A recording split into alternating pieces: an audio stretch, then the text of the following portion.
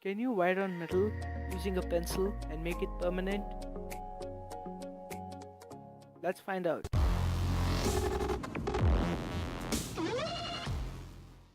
Take a plug and strip both of its ends. Attach one end to one of the terminals of the bulb, and to the other terminal attach an alligator clip.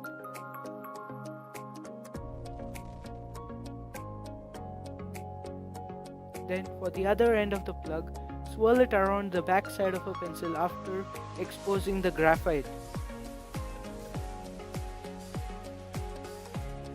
Just to reinforce it, add some tape, and now you're ready to go. Just plug it in your outlet and clip on the metal surface you want to write on with the clip and start writing.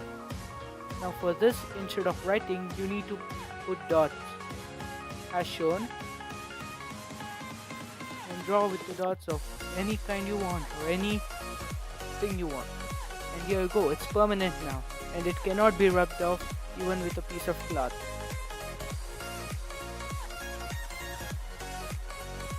Pretty cool, right?